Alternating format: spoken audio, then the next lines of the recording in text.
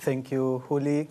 Good evening, everyone. Thank you very much for coming and share with us this talk where we are going to explore a very interesting subject and I think a very practical one for our spiritual life. Before I begin, I want to say that I'm not a scholar in the I Ching and I don't know Chinese. What I'm going to share with you is part of my experience with this book, with this wisdom. And also I will try to show from the theosophical point of view some of the depth that this philosophy and this book in particular has. As you know, in the Theosophical Society, we try to research into these different philosophies, but not just simply studying the philosophies, but trying to add something else, trying to discover something else. So through comparison, through this trying to go deeper into the teachings, we can actually get to a new understanding. So that's more or less what we try to do here. And as any interpretation of any teaching, it's a way of looking at this wisdom. And there are several ways. So the Theosophical Society never says, this is the truth, or this is the way things should be interpreted. And whatever I'm sharing with you is part of my understanding and is not shared with any idea of authority. So each one of you will see how much this can be useful in your life. And also after the lecture, we are going to have the opportunity to share our own insights about all these subjects. So the I Ching is a very, very old book. It's one of the oldest classical books in China. It's one of the 5 classical, classical or basic books for the philosophy, the Chinese philosophy. And it means the word or the character I means changing, changes, or change, because in Chinese there is no difference between plural or singular. And Jing means book or classic. So this I Ching could be translated as the book of changes or the book of change. This is usually used by people, but by most people, as a book of divination. That means as a kind of oracle where you can ask a question and get an answer about what you are asking. But the book is more than that. It's really a book of wisdom. Even without asking anything, by reading the book, meditating on these words and images and metaphors, we can gain a lot of knowledge, spiritual knowledge, about how life works, how the universe develops, and about the nature of human beings. So it's not only something that we come to figure out what to do in a particular situation. It's something that really can enlighten our minds. And that's the focus of my talk today or tonight. It's trying to highlight this aspect of wisdom. Of course, I will explain briefly how to consult the I Ching using, the most common method that are the coins. But that will not be the central aspect of the talk, because you can find that information everywhere. On internet, you have in YouTube, for example, videos that they show you very clearly how to consult the I Ching, and also there are plenty of books and articles. So to understand the depth of this book, I think we could start by exploring the structure, how this book is structured. The basic figure that the I Ching is based on is a hexagram.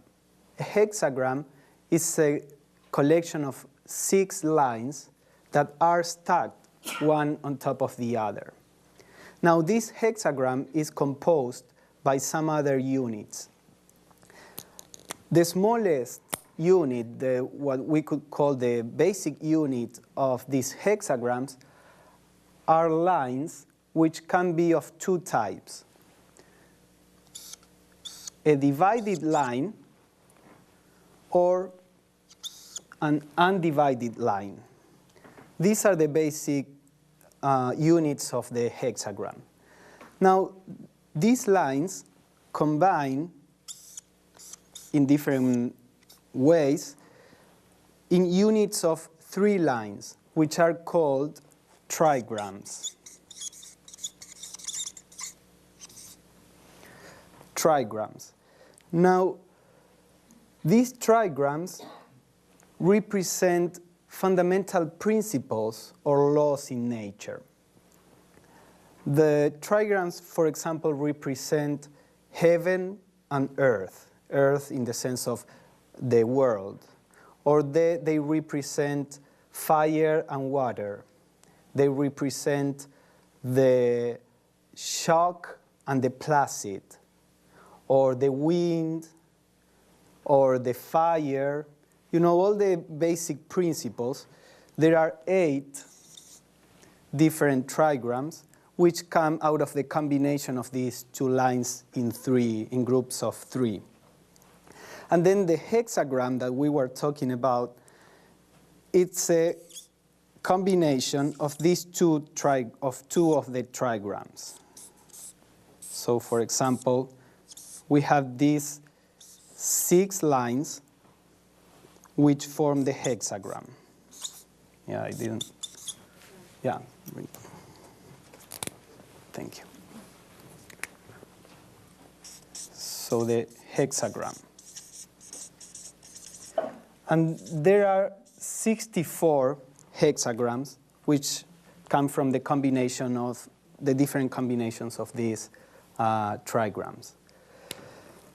So the hexagram, as I said, is the basic element which the I Ching uses to convey the different situations we can be in.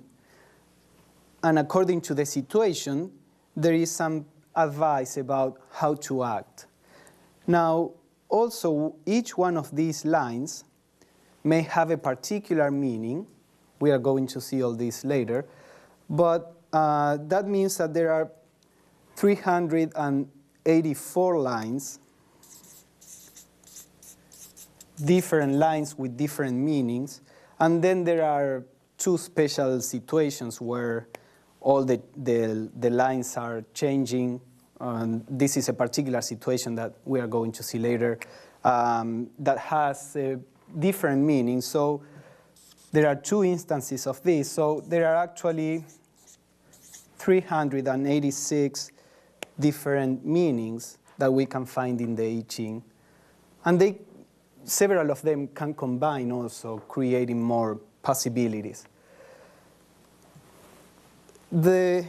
Each one of these hexagrams has a name, a particular name, for example, the creative or the initial difficulty, different names. And they have a judgment or a decision which explains how the situation is, what is going on. They have also an image which is usually related to the trigrams. For example, Earth, the trigram that represents Earth may be on top of water. So we would say Earth over water, and then there will be a description of that situation. Or clouds and thunder, and there is a description of that situation. That's the image. And then there is a description of the meaning of each one of these lines. For example, there is one of the hexagrams, as I said, is called difficulty at the beginning. And we have above the trigram that represents water, and below the trigram that represents thunder. So the judgment says, difficulty at the beginning works supreme success, furthering through perseverance. Nothing should be undertaken. It furthers one to appoint helpers. So this is talking about the difficulty that is always in every beginning, but this says that it's a situation where there is supreme success as a potentiality. Now, it says furthering through perseverance. That means we have to endure that and be persevering in whatever we are doing, but nothing should be undertaken. Generally, when something is beginning, it's kind of chaotic. So any premature motion on our part may spoil the process. So at this point in particular, nothing should be undertaken. It's more a state of expectancy where we are trying to understand what is going on and to let the universe work its own process. And it furthers one to appoint helpers. It depends on the situation. Sometimes the helpers are people that can help us. Sometimes it's our own virtues or our higher self. You know, as we are going to see, all this is very symbolic, and that is why it can be applied to all kinds of situations. So that would be the judgment. Then the image says clouds and thunder. You know, these clouds are like come from water. Remember the two trigrams of this hexagram are thunder and water. So this is clouds and thunder, the image of difficulty at the beginning. Thus, the superior man brings order out of confusion. So the image is like in a storm where everything is confused, and the superior man, which means here again, man, woman, all these figures are just symbols.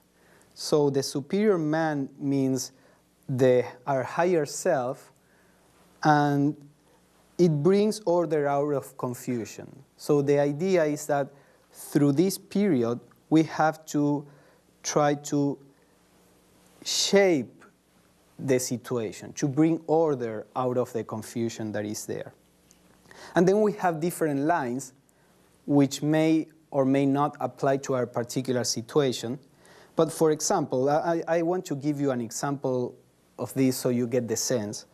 For example, one of the lines, the third line, changing lines means, whoever hunts deer without a guide only loses his way in the forest. The superior man understands the signs of the time and prefers to desist. To go on brings humiliation. So in this particular line, it is saying that we don't have the vision to understand what is going on.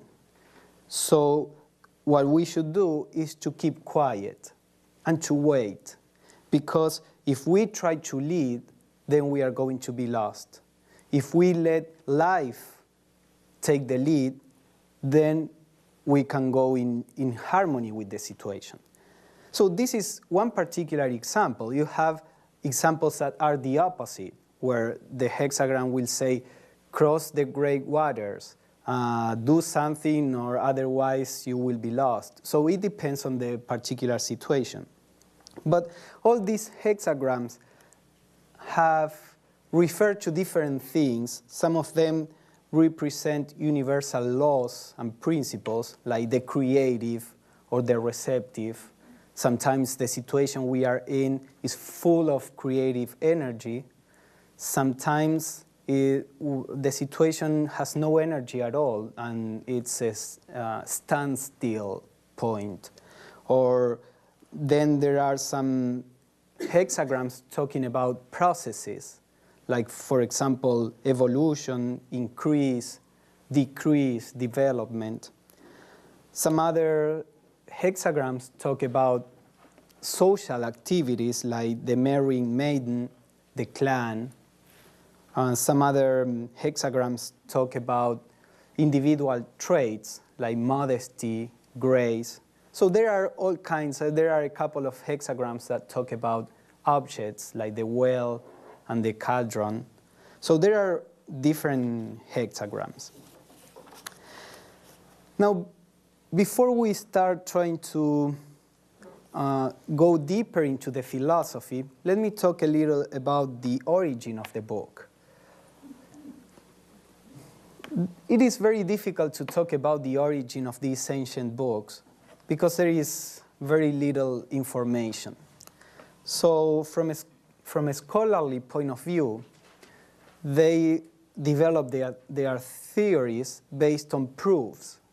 And proofs in this kind of researches are usually based on archaeological findings or ancient texts or things like that. And you know that with archaeological findings, there may be a lot underneath, under the earth that we don't know, and we have to create a theory based on the little or the few information that we have based on the findings that we have so far. So when you see the theories about the antiquity of the books like the Ching, they change a lot. And a theory that is saying something today may be completely overthrown by one single finding tomorrow. So it's really difficult to determine what is true or not in this case. But that's an intrinsic limitation in this kind of research. So far, or as far as I am aware of, the scholars are saying that this book began to develop during the Shang dynasty, which developed from the 1700s to the 1100s BCE, so long ago.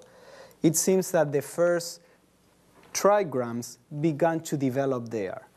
The lines, the undivided lines and the divided lines come from antiquity. We don't know when they were generated. But this arrangement in threes seems to have begun more or less, as I said, 1100 years ago or BCE or more. Then during more or less 1,000 years, this book was developing. In the meaning for the trigrams was added, then the idea of the hexagrams was added, then the meaning for the hexagrams and for one of each line was added also. So it underwent an evolution for more or less 1,000 years. And it is thought that the book, more or less as we know it now, was finally developed during we have in the dynasties of China, we have the Shang dynasty, then the Zhou dynasty, and then at the end of the Zhou dynasty, we have the Han era, and probably the book was completed during this period of the Han era, which is more or less 200 years BC until 200 years BC. So for 1,000 years, it was developing little by little. That means that this book has been in this process or has been with us for about 3,000 years, which is a lot for a book. 3,000 years it's a lot. And in this process, many schools and thinkers added different elements. So the book wasn't produced by one particular person. In fact, there are 4 names that are the main names related to the origin of the I Ching. One is Fu Xi, who was a semi-human divine emperor, the first emperor in China, and he is supposed to be the first one in having discovered the trigrams. He says that he saw the trigrams on the back of a tortoise when it was coming out of the Yellow River, which is one of the main rivers in China. Then the King Wen, he was he's a hero in China, and he was the first emperor of the Zhou dynasty, and he was imprisoned under false charges by the last Shang emperor, and while in prison, he began to combine the trigrams and to give them a name and a particular meaning. Then his son, the Duke of Zhou, he developed a meaning for each one of the lines. And finally, Confucius and some Taoist teachers added some commentaries to these lines, to each one of these elements, which are called the wings, the 10 wings. So we have today in the I Ching these main elements, the name, the judgment, the image, and the lines, but we have also an explanation of each one of these elements, which helps us understand the images and the metaphors, which were added later by different schools of thought. And that's what we have today. The traditional story says that this all began 5,000 years ago, that Fu Xi lived 5,000 years ago. So anyway, 5,000 years, 3,000 years is a very long time in our scale of time. You know, we know almost nothing about humanity 5,000 years ago.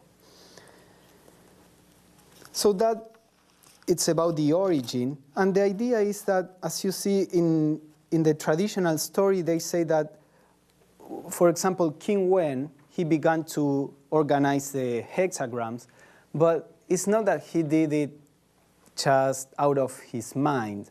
These people are supposed to be sages that were able to understand the underlying principles of nature.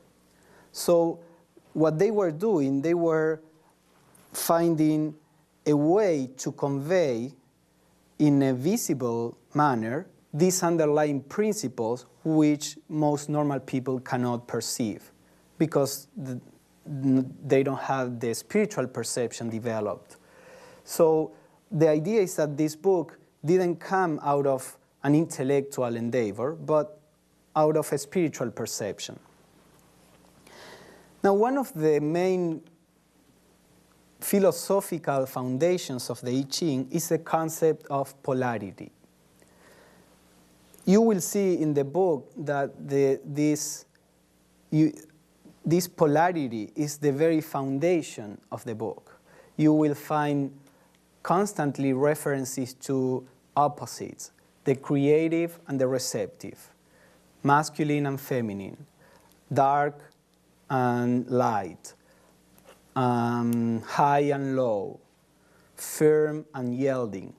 All over the book, things are classified in one of these two opposites.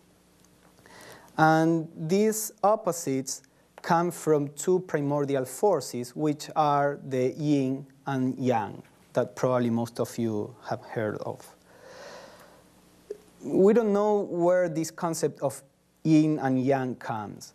Today it's all over the Chinese philosophy, but it is thought that there was a particular school that developed this concept, though we don't have any text or the names of any of the teachers.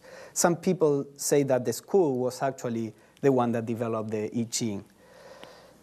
The idea of these two forces, it's a very interesting one, because they are not opposite in the sense of being contrary forces. You know, we have the idea of good and evil. They are opposite forces. They show a kind of dualism. between where things are completely different, spirit and matter. Usually in Western thought, we consider those things as different. Now, the idea of the yin and yang, these are forces that work together, they complement together. They are not good or evil. For example, yang is usually described as strong, active, light, and yin is described as weak, dark. Sometimes devotion is associated with yin. And it's not that these qualities are good or bad, because in some situations, you need to be receptive. You need to have a weak attitude. In some other situations, you need to be strong, to be commanding, to be forceful. So the idea of yin and yang is not that there is something that is intrinsically good or bad. What is good or bad depends on the context. It's relative. So some attitude, some quality is good in certain situation and is wrong in certain other situations. So they are very dynamic. And this makes the person to be flexible, because it's difficult to put fast rules. You cannot say this is good and this is bad. And this is actually also how Theosophy sees the idea of good and evil. From the Theosophical point of view, good and evil are all relative. For example, selfishness, we could say, well, selfishness is not something good. But it depends.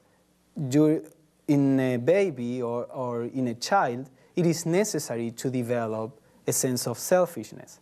Otherwise, that person cannot develop a sense of I-ness, which later can be healthy or unhealthy. It will be unhealthy if that selfishness goes on and is still there when it shouldn't be there.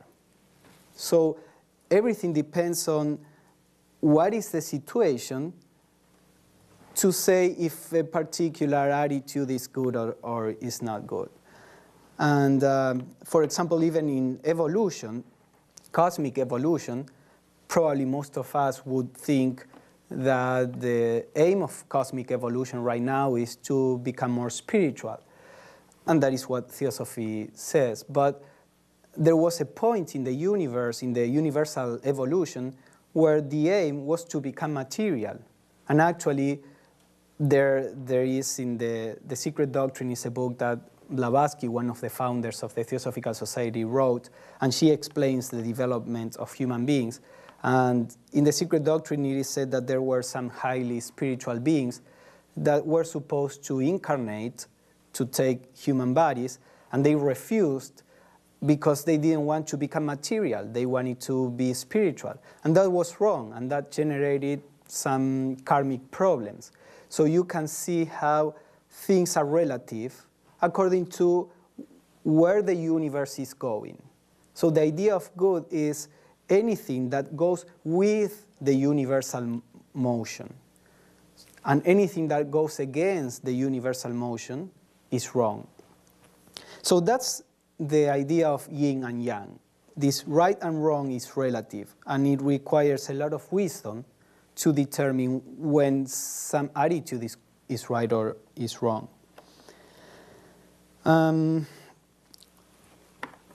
They have, with this idea of the polarity,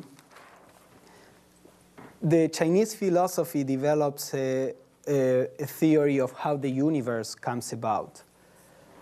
So we were talking about this polarity of yin and yang. But before that, there is a state that is symbolized by an empty circle, which is called Wu Ji, and this is a state of unity. But it's a pre-cosmic state. This state is beyond creation, let's say.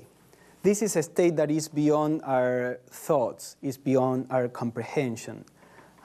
In this state, there is no differentiation. There is no dark and light, there is no self and non-self, everything is one. So this is called Wu Ji.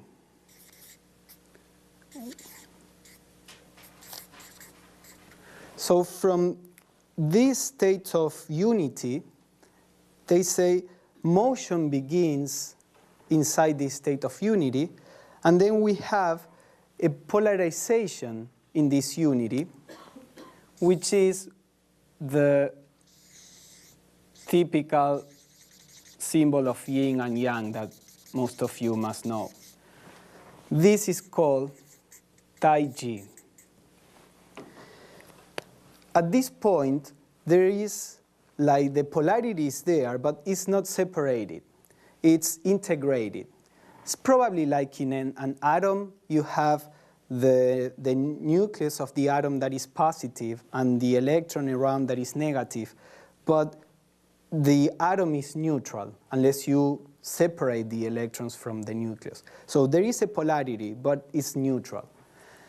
Then from this comes the actual separation of yin and yang, and this is the first duality. It is said that this Tai Chi is the origin of the universe. This is the first principle that you can think of as being the origin of the universe. Wu Ji is beyond our thoughts. So then they say, to this is added another line, another force. So we have, for example, these dyadas, and all the combinations of these dyadas are the following. You may have one that is yin and yin again, or yin and yang. Then you have a yang and a yin again, or yang and yang. So here you have, this is a pure yin, pure passive. This is called the great yin. And the other extreme is the great yang. Then you have here a yin that now has a yang. So that's called the lesser yang. It's an intermediate state. And the opposite here, the lesser yin. So this could be like day, night, sunrise, and sunset. Or cold, hot, cool, and warm. Or north, south, south, east, and west. So this gives origin to, little by little, to this gradual change.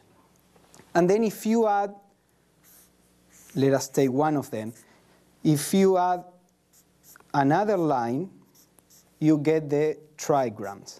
So for example, if to this one you add a yang, you have the mountain, this is called the mountain, or you have this that is pure yin, which is called the earth.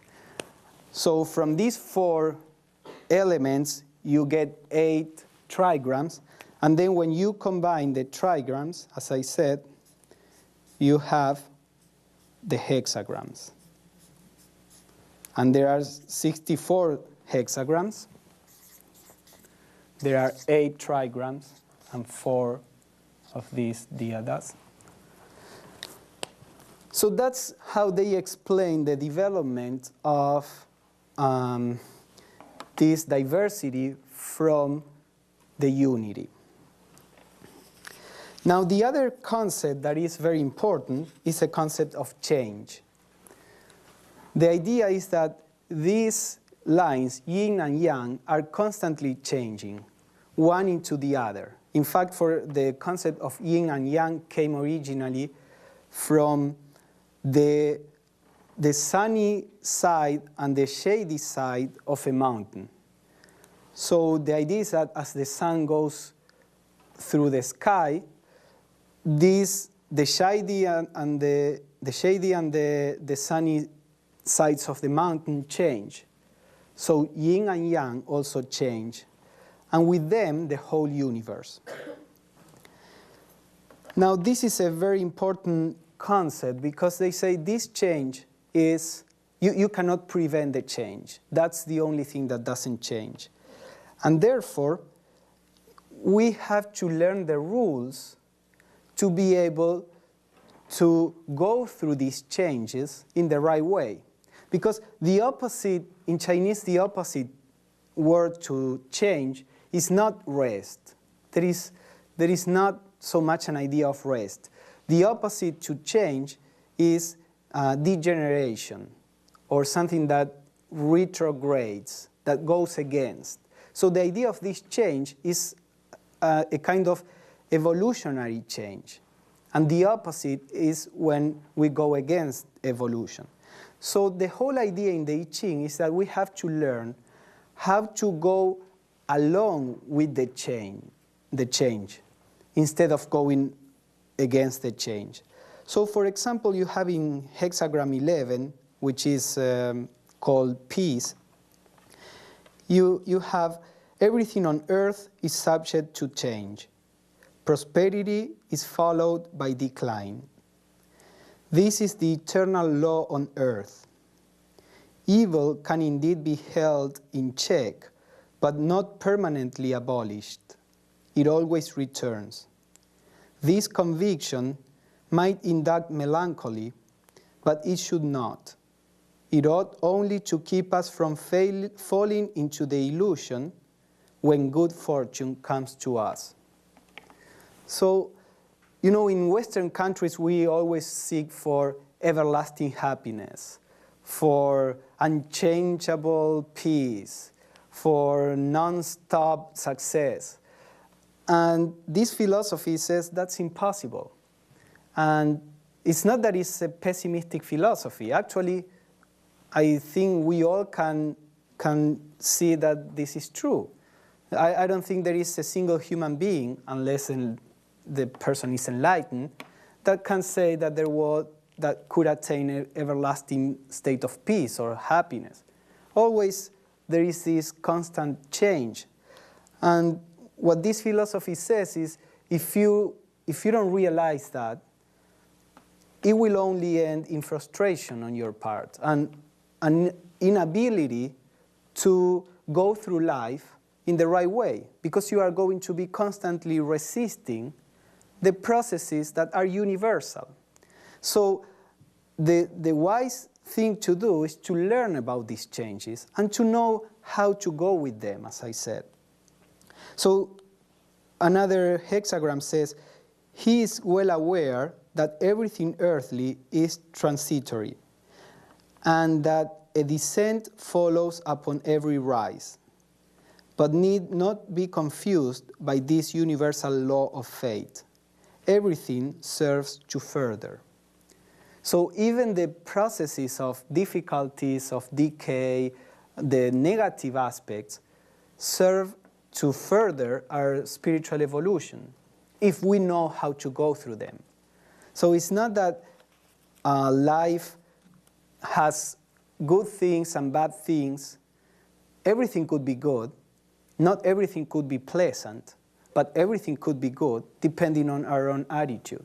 And we know that we learn many times more from difficult situations than from easy situations. We enjoy the easy situations, and we learn and grow with the difficult ones. Now, the idea is that if we learn about these laws, we can learn how to manipulate them. I don't like the word manipulate, but in a philosophical way. For example, we know about the law of gravity. So according to the law of gravity, everything is down here on Earth. But if we learn about the laws of the aerodynamics laws, for example, we know how to handle the law of gravity and how to make things fly. We are not breaking the law of gravity, but we know other laws, and we know how to manipulate them to be able to do something that is even against the laws, or seems to be against the laws. So the same from a spiritual point of view. If we know about these laws, we know how to go beyond fate. So for example, the hexagram on peace, again, says, if we continue mindful of the danger, we remain persevering and make no mistakes. As long as a person's inner nature remains stronger and richer than anything offered by external fortune, as long as he remains inwardly superior to fate, fortune will not desert him. And then Hexagram 63, after completion, says, at the beginning, good fortune. At the end, disorder. Here we have a rule indicating the usual course of history, but this rule is not an inescapable law. He who understands this law is in a position to avoid the effects by an unremitting perseverance and caution. So this is the idea. There will be always change in our life, but we can learn how to go through the changes with a sense of purpose so that we can use everything to improve our spiritual development and our relationship with people around. And this is also very important because as we learn about these laws, as we learn how to go through life in an intelligent way, we may become a constructive force in the universe instead of a destructive force. So this is something that has not only an effect on us, but has an effect on everybody around.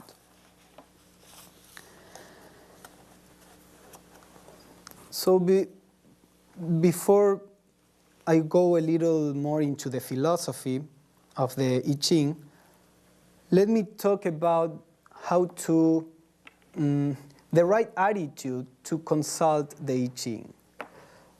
One of the easiest methods is to consult the I Ching with coins. There are 3 coins. Some of one side of the coins has a value of 3, the other side has a value of 2. So you have one that has the value of 2, and you have another side that has the value of 3. You have 3 coins, so they may fall 2, 2, 3, in which case if you add the values, you will have 7. Or it could be 3, 3, 2, you have 8. Or it could be 2, 2, 2, you have 6, all on the same side. Or 3, 3, 3, you have 9. These lines where you have all the coins on the same side, which are extremes, between 7 and 8, they are called changing lines. These 2. So the even numbers are yin lines, and the uneven numbers, or odd numbers, are yang lines.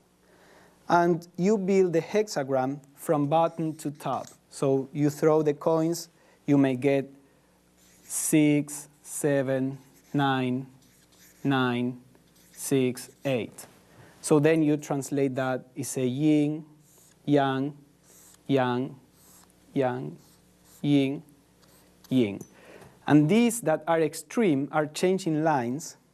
So you mark these as special lines because they have a particular meaning in the book. So you mark with a cross the changing yin line, and with a circle the changing yang line. So then you go see this particular hexagram, and in this case you read the meaning of these lines also. Now, before to consult the I Ching could be an act of superstition in a person that does not have the right frame of mind, or can be a very intelligent act. In fact, very intelligent people use the I Ching, like Confucius, which is one of the greatest philosophers in the world, and he and his school had the I Ching in the highest regard. But it could be also an act of superstition if we just think that the book magically is going to tell us what to do. The idea is that as we throw the coins, these coins, I don't know if this is a Chinese idea. This is how I interpret this. But the coins, when we throw the coins, they get like impregnated by the universal motion that is at that moment. And when they fall, they are like a visible reflection of that motion. In more theosophical terms, we talk about elementals. Elementals are like subtle energies in nature. And everything that we do has to do with elementals. I don't want to go too much into this subject. But the idea is also that some kinds of oracles are associated with different kinds of elementals. They can be more or less evolved. These energies can be more or less evolved. Blavatsky said that the elementals associated with the I Ching are very good because the book is so philosophical that during history it was used pretty much in a serious way. You know, it wasn't used to do wrong things, because you will find always very positive spiritual advice, so it's difficult to use it for the wrong things. So but whenever we are going to ask a question, the idea is that the question should be something that is not trivial, something that is not something we can figure out by thinking about that. Of course, it shouldn't be a casual question. I read once that there was an emperor that all his family had the I Ching, as in very high esteem, and somebody asked him, "So your family is very famous for, having the I Ching so well regarded?" "Oh yeah, my family is very much attached to the I Ching." "And so how frequently do you ask something to the I Ching?" And he said, "I think we asked one question in the last 400 years. So the idea is that, we should be very respectful with this. Now, sometimes we are going through difficult times where we really need guidance, and we can ask, if we are honest, we can ask more frequently, but never like as a game, because what we do is that when we don't take it seriously, a different set of elementals, of energies, begin to work on the process, and the lower the energies, the less accurate the result. So if we are really respectful with the I Ching, then we will have very accurate, answers. And then the answers, you will see, they are not answers of yes, no, do this, do that.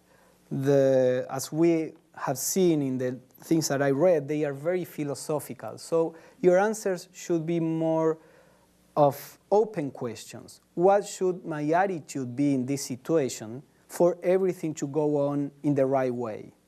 Or how should I face this particular situation? Open questions where you can really have a deep kind of advice. Also, it is usually better if you can ask the question with a calm mind. Many times we are in distress and you need something, and it's difficult to get to a calm mind, but it always helps. Now, if we are earnest, all these external limitations have no much meaning. If we are earnest, it doesn't matter how well we frame the question or what our inner state is, we will have the right answer. But all these things help, to try to be calm, to try to get to a point of impersonality as far as possible so that we don't push the result. And to try to be serious about taking this advice.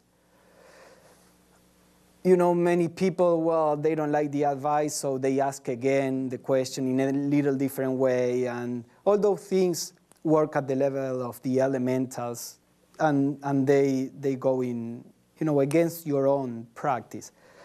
But if you are serious, you can still question what comes as an answer, because you are the responsible for the action. So it's not that you should follow blindly whatever the I Ching says. In my own experience, even when I didn't think like what the I Ching said, I said, okay, I will be cautious, and almost every time the I Ching was right, and my perception wasn't right. So, if you see things different, well, try to be honest with yourself, but also keep this advice like coming from a person that is wise.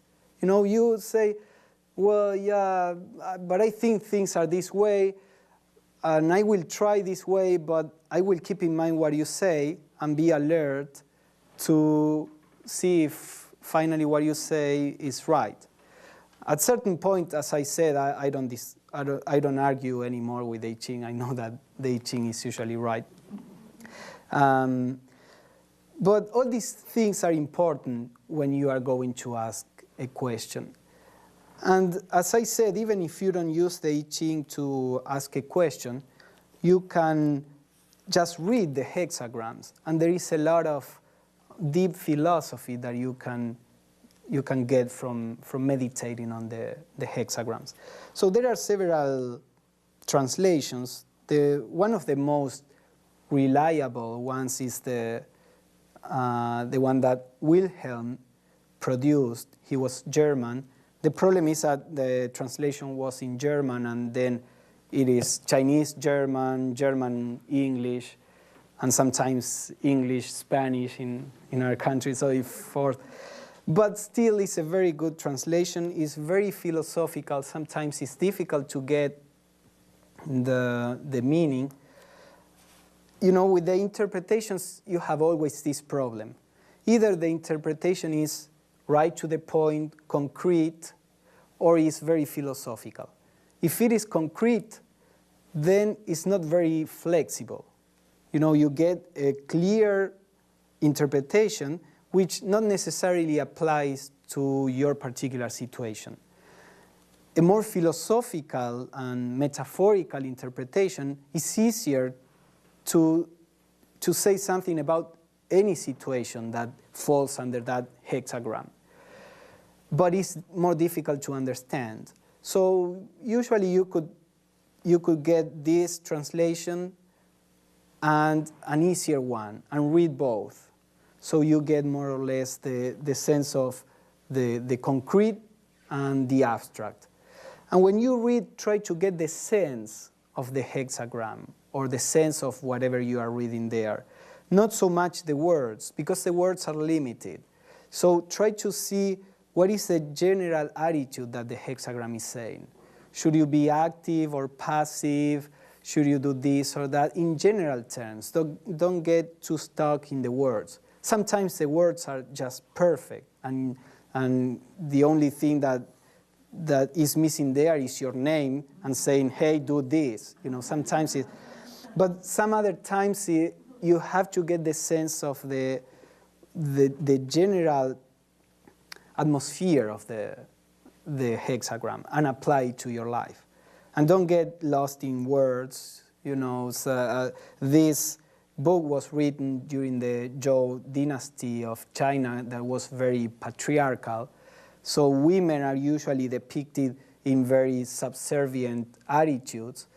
And don't get too stuck in that. Try to understand what the universal principle is. Many times when there is a woman there, it represents a yielding attitude, an attitude of devotion, a more, so even if you are a man or a woman, it doesn't matter if it talks about, one gender or the other. Try to get to the universal principle behind it. Well, there are a lot of interesting things, but we have come to our time, so we can discuss some. I like to discuss some things, share with you in the question and answer. So we can stop here, and if you want to share something or to ask something, the microphone is there, so that people on the internet also can hear the question, and let us have some interchange of ideas.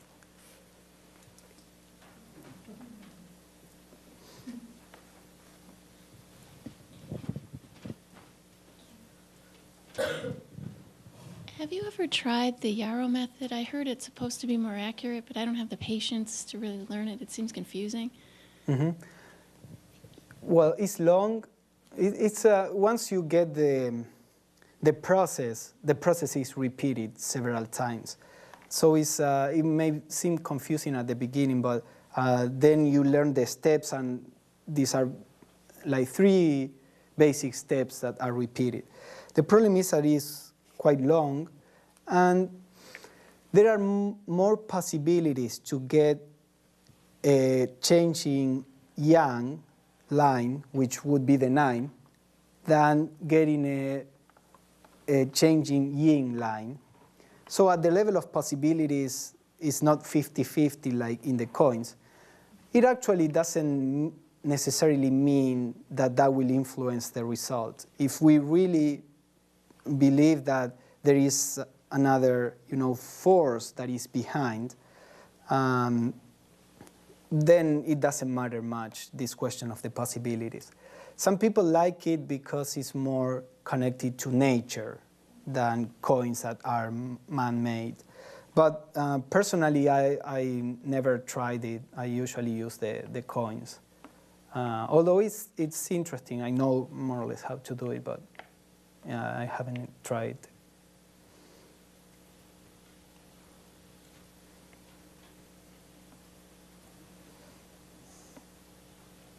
Is there anything from the internet?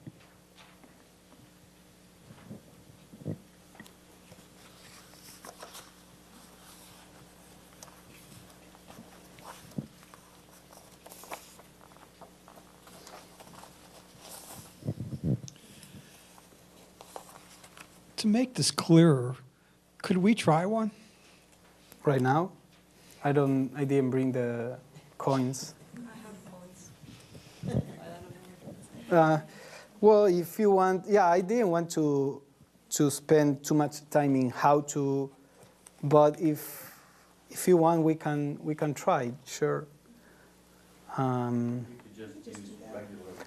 think there are some coins coming. I have the coin. I think just. I got the coins. She got the coins.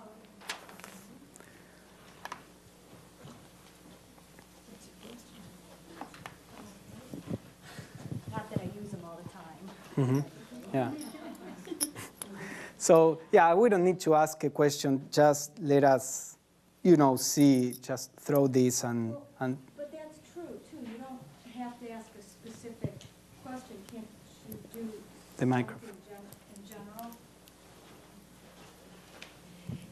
Isn't it true that you don't have to ask a specific question about a specific situation? Can't you just say, ask for wisdom or insight into the day, or something more general? Yeah, you can do something general. The danger in that is, to fall into the attitude of asking as a game, But at the same time, there are times where we really feel either we feel stuck or we feel that something is going on without any particular situation.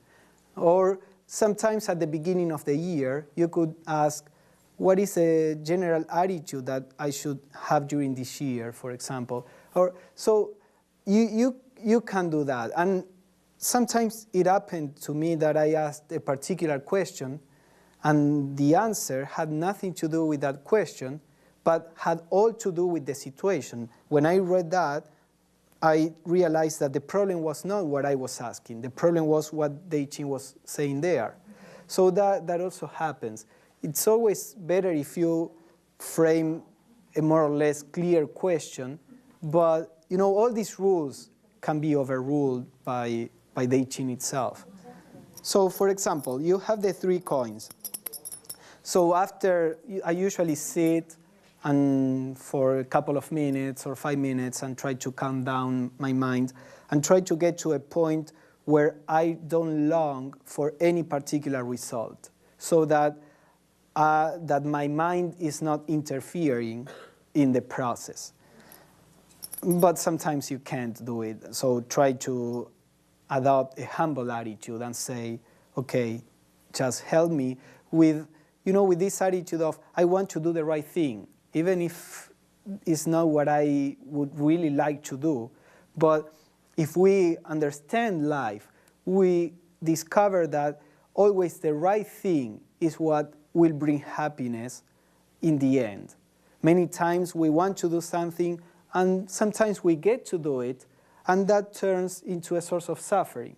So little by little, we learn that really the right thing is the only thing that will bring happiness in the long term. So after a time of quietness, you just throw the coins. So in this case, we had all the yang side, the number 3. So we have 9. So now this is 8. I'm adding 3, 3, 2.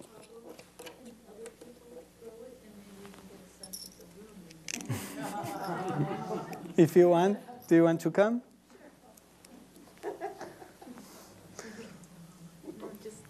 Yeah. I don't know what the elementals may be thinking right now, but 3, 3, 2. Anybody? Paula is running to the stage. Oh, we want the whole group. Sure.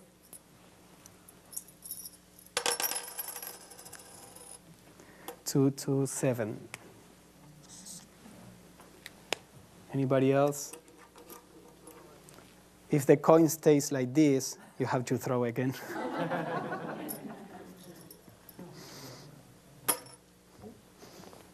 That's fine. Well, something similar happened. 2, 2, 7.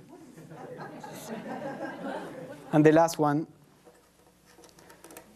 the line of the sage. It is said that the last line represents the sage. So, okay, we have our sage. Yeah. Each line represents different things also. Okay, 8, 3, 3, 2. So, yeah, the first one is changing. So now we build the hexagram.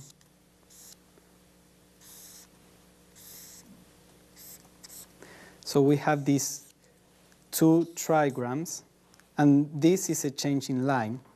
So the first thing that we do is to look, usually in the books, you have like a chart where you can see the lower trigram, which is divided, divided, and undivided, which is Ching here, and then the upper. So let me look, Ching and 2e. Yeah, 17. Mm-hmm.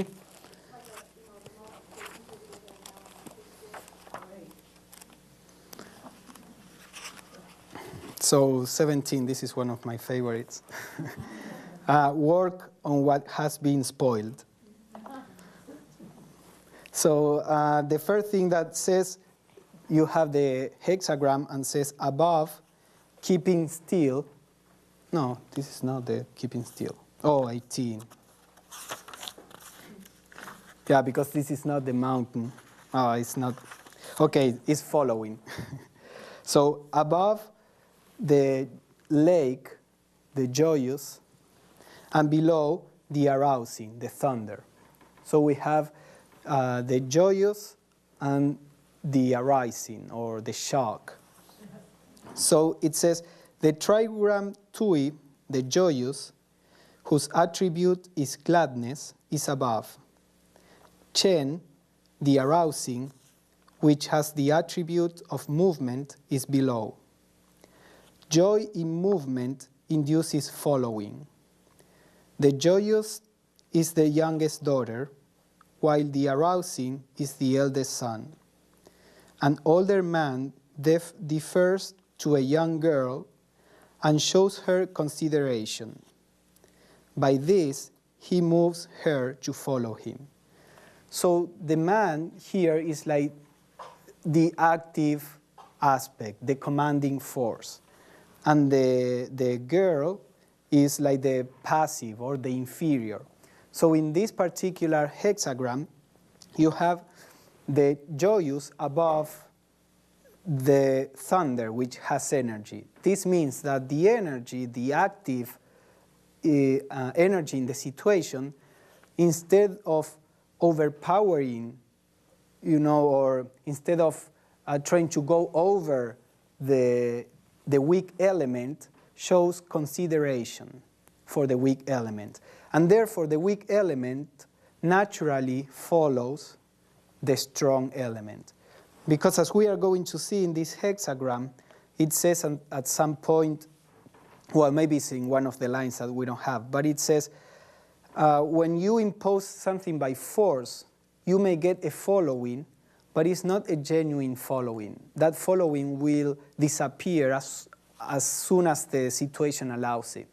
But when you go through a gentle attitude, you arouse the love in the hearts of men, and they follow you out of this inspiration, out of this love. So this is the idea of this hexagram. The strong element is gentle, and because of that, the weak element follows. So the judgment says following has supreme success. Perseverance furthers, no blame. And then there is an explanation, which is one of these wings that I was talking about. It's an added text to the judgment.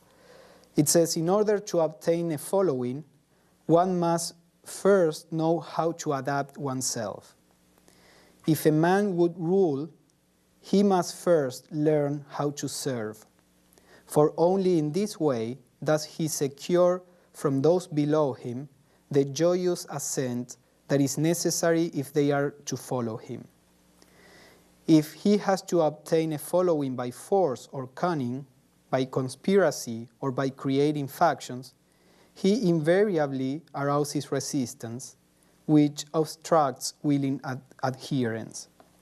But even joyous movement can lead to evil consequences. Hence, the added stipulation, perseverance furthers. That is, consistency in doing the right.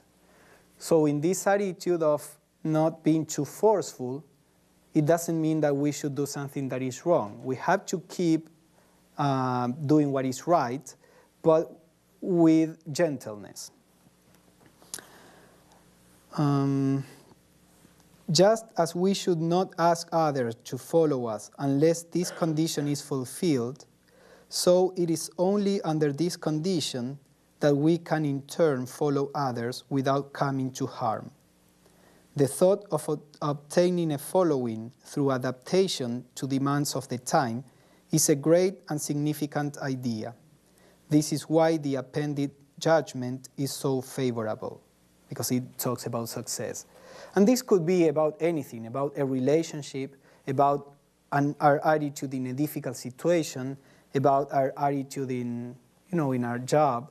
It's usually better to ask for things that have to do with our spiritual or psychological life, not so much for material reasons. But many times what is going on in our jobs really affects our spiritual life, so to say. So then the image. The image, remember, works with these two, the meaning of the trigrams. So thunder in the middle of a lake, the image of following. Thus the superior man at nightfall goes indoors for rest and recuperation. So the explanation is, in the autumn, electricity withdraws into the earth again and rests. Here it is thunder in the middle of the lake that serves as the image. Thunder is in its winter rest, not in motion. Because remember that we are saying the strong element is not very active, is trying to be condescending with the weak. So this thunder is inside the earth or inside the lake, not in motion. The idea of following in the sense of adaptation to the demands of the time grows out of the image. Thunder in the middle of the lake indicates times of darkness and rest. Similarly, a superior man, after being tirelessly active all day, allows himself for rest and recuperation at night. No situation can become favorable until one is able to adapt to it and does not wear himself out with mistaken resistance. So overall, it's a situation of being more passive than active. And then the lines, this is the overall situation. And the lines, if they are changing, we read that particular line, and that means that is like a more particular piece of advice that we get for the situation. If there are no changing lines, that means that the situation is stable, and that's it. But when there is a changing line, this line will change into a yin line, this yang one, and that will bring to a different hexagram. So there is some energy in the situation that will lead to a change. So the line says 9 at the beginning, remember that we went this way, means the standard is changing. Perseverance brings good fortune. To go out of the door in company produces deeds. Usually the lines represent the progress in the situation. The first line is the beginning of the situation. This particular energy is beginning to operate. Or if we are at the end, that means that the situation is about to end. That's the usual rule, but there are some other ways to see this. So the explanation says, there are exceptional conditions in which the relation between a leader and a follower changes. Usually the follower follows the leader, but we are in an exceptional condition here. It is implicit in the idea of following and adaptation that if one wants to lead others, one must remain accessible and responsive to the views of those under him. At the same time, however, he must have firm principles so that he does not vacillate where there is only a question of current opinion. So we have to be accommodating, but without going out of the right course of action.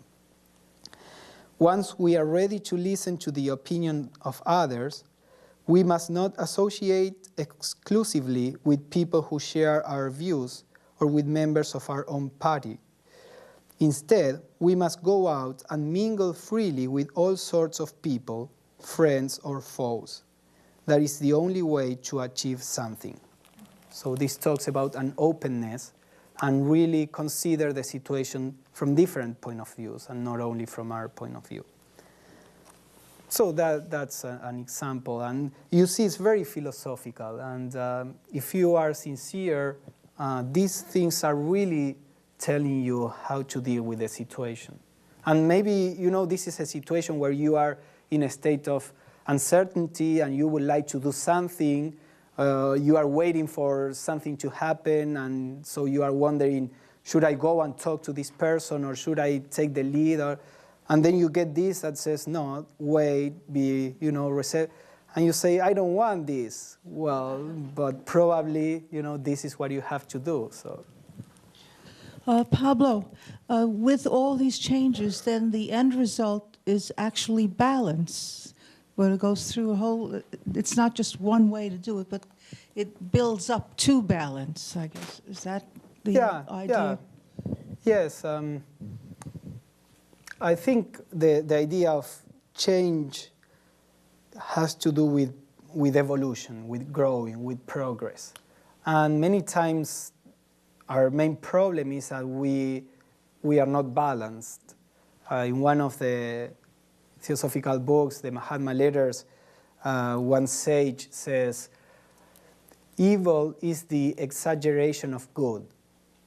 So even something that is good, if we go over the top, becomes evil. So we see many times that in life.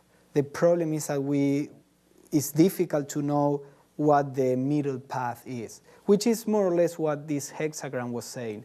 We have to be accommodating, but at the same time, we don't have to, do something that is wrong. So we have to persist in our course, but without being forceful. So how do you get to that balance? So balance is usually a key element in our development.